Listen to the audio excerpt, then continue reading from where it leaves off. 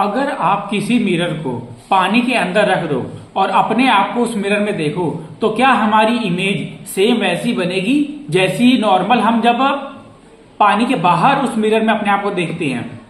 तो चलो इस चीज को हम समझते हैं।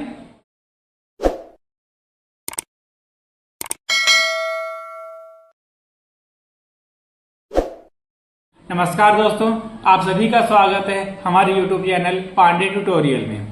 तो आज हम प्लेन मिरर के बारे में समझेंगे। तो हमें पता है हमारे घरों में जितने भी मिरर होते हैं जिसमें हम अपने आप को रोज देखकर अपने बाल सेट करते हैं, दाढ़ी मूछें सेट करते हैं, वो मिरर कौन से होते हैं?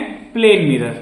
तो आप इस इमेज में देख पा रहे हो कि हमारे पास एक प्लेन मिरर है, ठीक है, और वहां पे एक नॉर्मल है। तो उस नॉर्मल पे जब भी कोई लाइट एंगल आई के साथ इंसिडेंट करती है तो सेम वो एंगल आर के साथ रिफ्लेक्ट हो जाती है।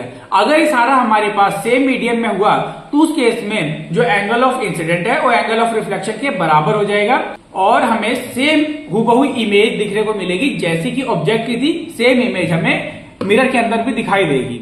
मतलब जैसे कि मान चलो हम यहाँ पर बैठे हुए हैं, यहाँ पर हमारे पास सारी एयर ही है, तो यहाँ पर मीडियम सिर्फ उसका क्या है? एयर है। तो इस केस में जो उसका एंगल ऑफ इंसिडेंट होगा वो एंगल ऑफ रिफ्लेक्शन के बराबर हो जाएगा, ठीक है। तो हमें सेम इमेज दिखाई देगी।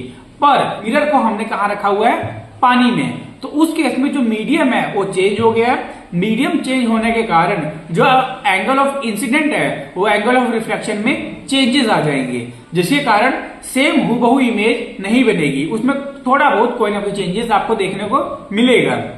तो आशा करते हैं आपको टॉपिक समझ आया होगा। दोबारा मिलेंगे नए टॉपिक के साथ।